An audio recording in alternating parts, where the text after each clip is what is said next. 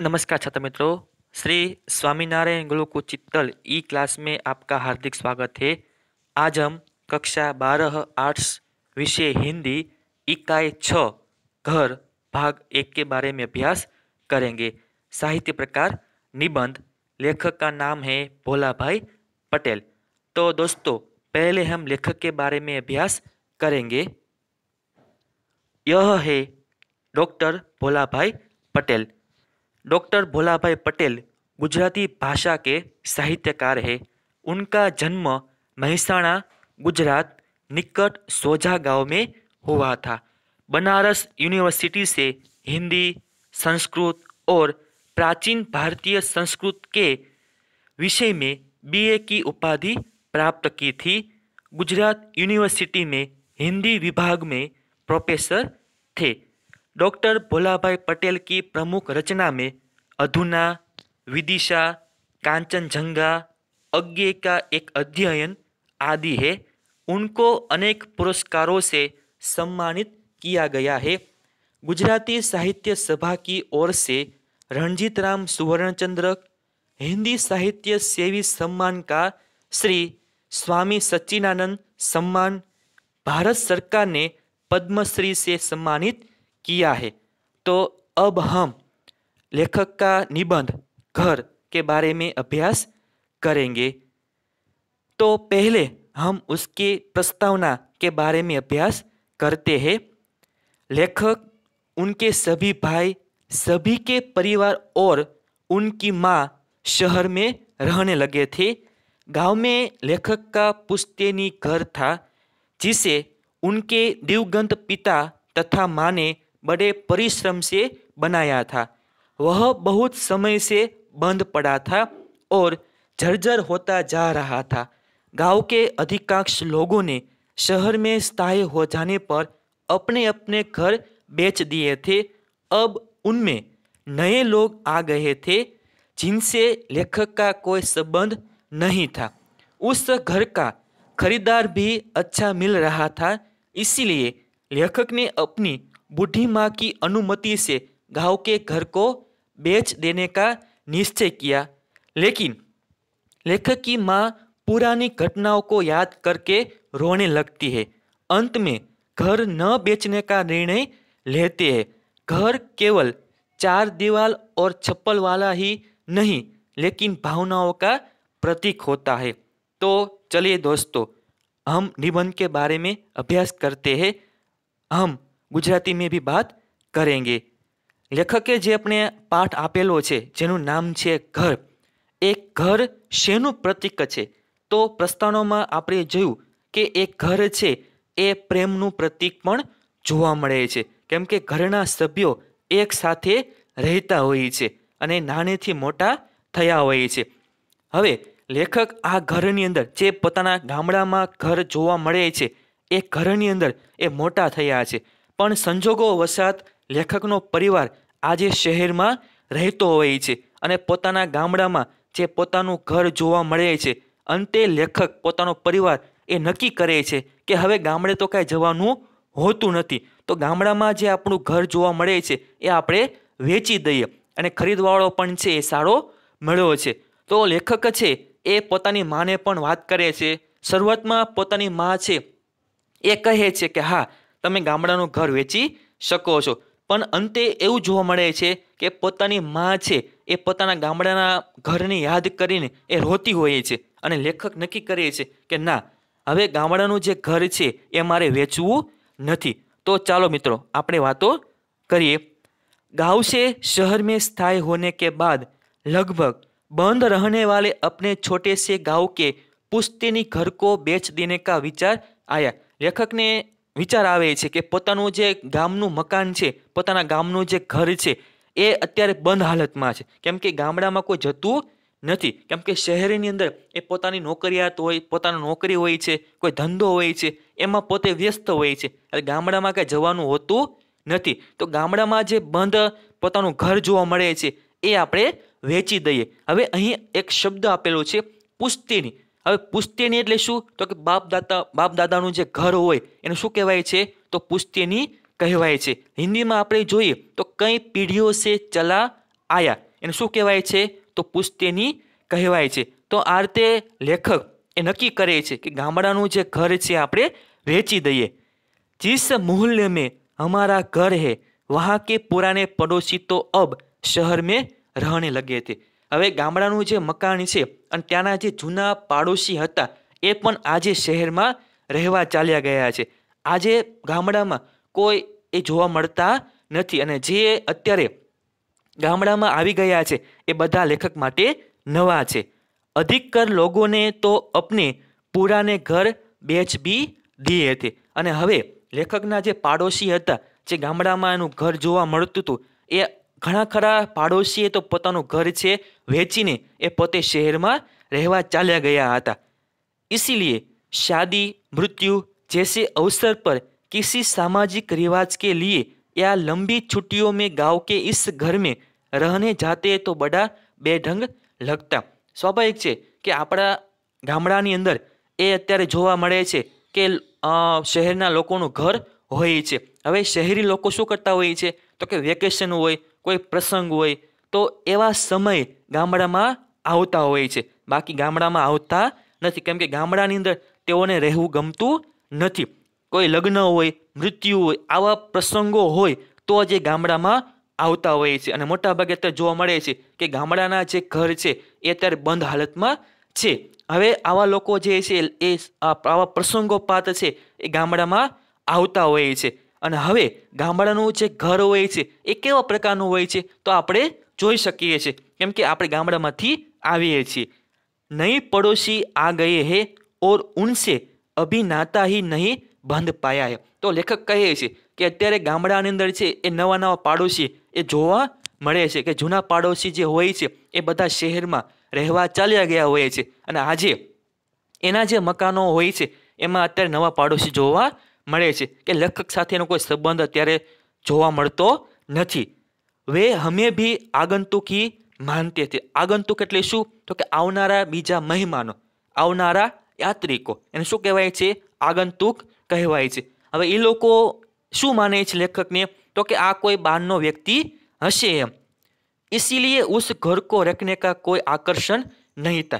એટલે લેખક નક્કી કરે છે કે ભાઈ હવે ગામડામાં કાંઈ જવાનું હોતું નથી. કોઈ લગ્ન પ્રસંગ હોય કે મૃત્યુનો કોઈ એવો અવસર પ્રસંગ હોય તો જ આપણે ગામડામાં જઈએ છીએ, બાકી ગામડામાં જતા નથી. તો ગામડાનું ઘર રાખીને આપણે કરશું શું?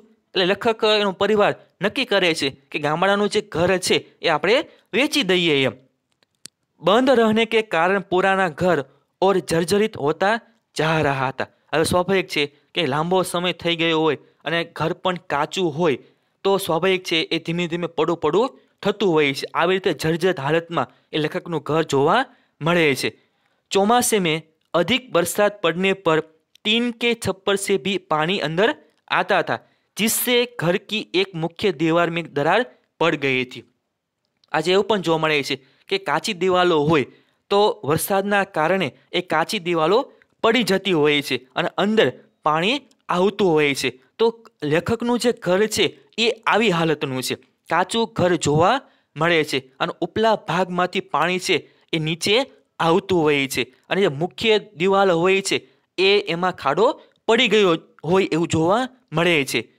ખુલ્લે દાલાલ એવં આંગણ મેં કૂડે કે ઢેર લગ જાતે. સ્વાભાવિક છે કાદવ જોવા મળતો હોય, કેમ કે બધી જગ્યાએ માટી હોય છે અને માટીમાં ચોમાસામાં જો વરસાદનું પાણી આવે તો સ્વાભાવિક છે ત્યાં ગારો જમા થતો હોય છે. તો આવી હાલતમાં લેખકનું ઘર જોવા મળે છે. इसीलिए बूढ़ी माँ की अनुमति लेकर घर बेच देने का विचार पक्का कर लिया. એટલે લેખક શું કરે છે તો કે પોતાની માને વાત કરે છે કે ગામડામાં જે આપણું ઘર છે એ આવી હાલતમાં છે અને પડું થઈ રહ્યું છે તો આપણે એ મકાન વેચી દઈએ. તો લેખકની માં પણ અનુમતિ આપે છે. યોગ્ય ગ્રાહક મિલે तो एक गांव में रहने वाले व्यवहार कुशल मित्र से बेचने की सिफारिश करके हम शहर चले आए. અને બને છે કે લેખક પોતાના ઘરે જાય છે, પોતાનું જે ગામડાનું ઘર હોય છે એ ત્યાં પણ જાય છે, પોતાના જે મિત્રો હોય છે એને વાત પણ કરે છે કે ભાઈ આ ઘર છે મારે વેચવાનું છે, તો કોઈ ગ્રાહક સારો ગ્રાહક મળે તો એને વાત કરજો. એટલે એના મિત્રને વાત પણ કરીને પોતે અત્યારે શહેરમાં આવ્યા હોય છે. ફિર એક દિન આફર આયા બી સહી. અને હવે જે લેખકે વાત કરી હોય છે તેના મિત્રને કે પોતાનું જ ગામડાનું ઘર હોય એ વેચવું છે, અને લેખકને સમાચાર પણ મળે છે કે એક સારો ગ્રાહક એ મળી આવ્યો છે અને તમારા જે ગામડાનું ઘર છે એ લેવા તૈયાર છે। ऑफर ठीक था और करने वाला व्यक्ति अच्छा और भरोसामंद था। અને હવે જે ઓફર એને આવી હતી ઘર લેવા માટેની કે એક ગ્રાહક છે એને તમારું ઘર જોઈએ છે અને એ ગ્રાહક પણ સારો હોય છે અને જે વ્યક્તિને કામ સોંપવામાં આવેલું હોય છે એ વ્યક્તિ પણ કેવો છે તો કે ભરોસાવાળો હોય છે। इसीलिए अब देर करने या आना कानी करने का प्रश्न ही नहीं था। એટલે લેખક નક્કી કરે છે કે ભાઈ હવે કાંઈ વાતચીત કરવાની કાંઈ જરૂર નથી, કેમ કે જેને જવાબદારી સોંપી છે એ વ્યક્તિ સારો છે, ભરોસાવાળો છે, એટલે હવે કઈ પ્રકારની લેવલ દેવલ કે કોઈ પ્રકારના પ્રશ્નો એ કોઈ ચર્ચા કરવાની કાંઈ જરૂર હોતી નથી। परंतु उसी क्षण से मन में टीस सी उठी, बार बार मन को व्यग्र बनाता विचार आने लगा कि पुश्तीनी घर क्यों बेचा जाए। હવે બને છે કે લેખક તો એ નક્કી કરે છે કે ગામડાનું જે ઘર છે એ મારે વેચી જ દેવું છે, કેમ કે હવે એ મકાનની હાલત એ કેવી છે એ લેખકને ખબર છે, કેમ કે ચોમાસાની અંદર એ ઘર છે ટકી શકવાનું નથી, એટલે જો વેચી દઈએ તો સારા પૈસા આવશે। તો આ રીતે લેખક નક્કી કરે છે। બીજો વિચાર એ આવે છે કે ભાઈ આ જે ગામડાનું ઘર છે એ મારા બાપ દાદાએ બનાવેલું છે તો હું એને શા માટે વેચું। 3-4 पीढ़ियों से चले आते मिट्टी के कमरे के स्थान पर मेरे पिता ने यह ईट का पक्का घर बनवाया था। અને એવું પણ જોવા મળે છે કે મારા બાપ દાદાએ તો પહેલા છે આ ઘર એ માટીનું બનાવેલું હતું, પણ મારા પિતાએ ખૂબ મહેનતથી એ માટીનું જે મકાન હતું એ પાડીને નવું મકાન ઈંટથી બનાવ્યું છે। कहना चाहिए कि घर के सभी सदस्यों ने स्वयं मजूरी करके घर बनाया था। અને એવું પણ જોવા મળે છે કે ઘરના બધા સભ્યો, એના પિતા, એની મા, ઘરના બધા સભ્યો છે એ આ ઘર બનાવવા માટે એ ખૂબ મહેનત કરે છે, મજૂરી કરે છે, અંતે આ ઘર છે ઊભું થાય છે।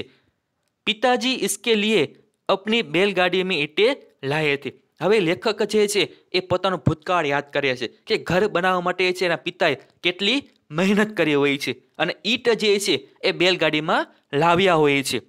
चीना के लिए गारा बनाने के लिए गांव के आंबा तालाब की चिकनी मिट्टी स्वयं खोदकर लाए थे। અને સ્વાભાવિક છે કે પહેલાના ઘર હોય એ કેવા હોય છે તો માટીના બનાવેલા હોય છે, ભલે આમ ઈંટનો ઉપયોગ થયેલો હોય પણ અંદર આપણે જોઈએ કે સિમેન્ટની જગ્યાએ શું હોય છે તો ચીકણી માટી જોવા મળે છે। હવે લેખકના પિતા છે આ ચીકણી માટી ક્યાંથી લાવ્યા હોય છે તો આંબા તાલાબમાંથી એ લાવ્યા હોય છે અને પોતે ખોદીને એ માટી ઘર સુધી એને પહોંચાડી હોય છે।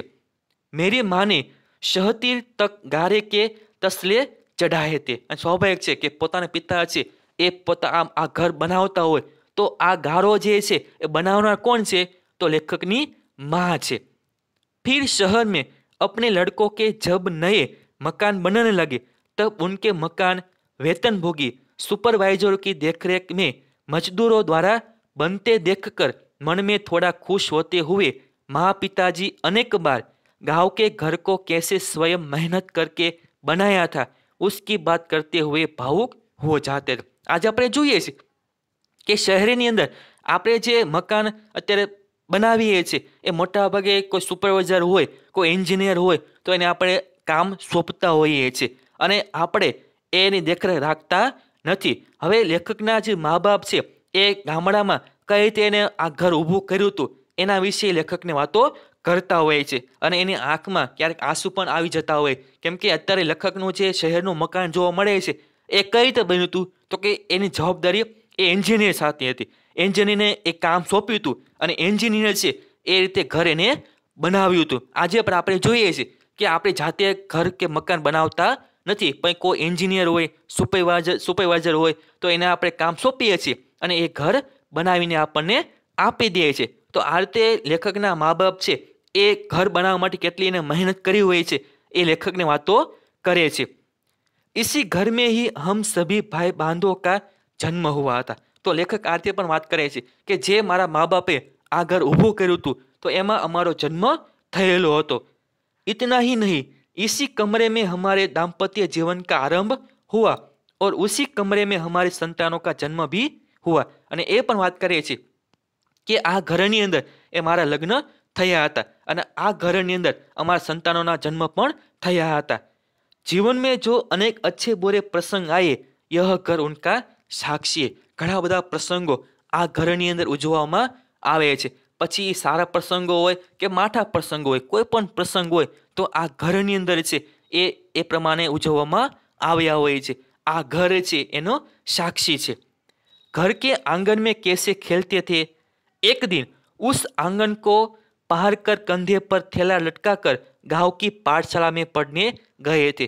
હવે લેખક પોતાના બાળપણ વિશે વાતો કરે છે કે આ ઘર જે છે એની અંદર અમે મોટા થયા હતા અને મોટા થઈને ધીમે ધીમે અમે પાઠશાળાની અંદર ભણવા માટે પણ ગયા હતા।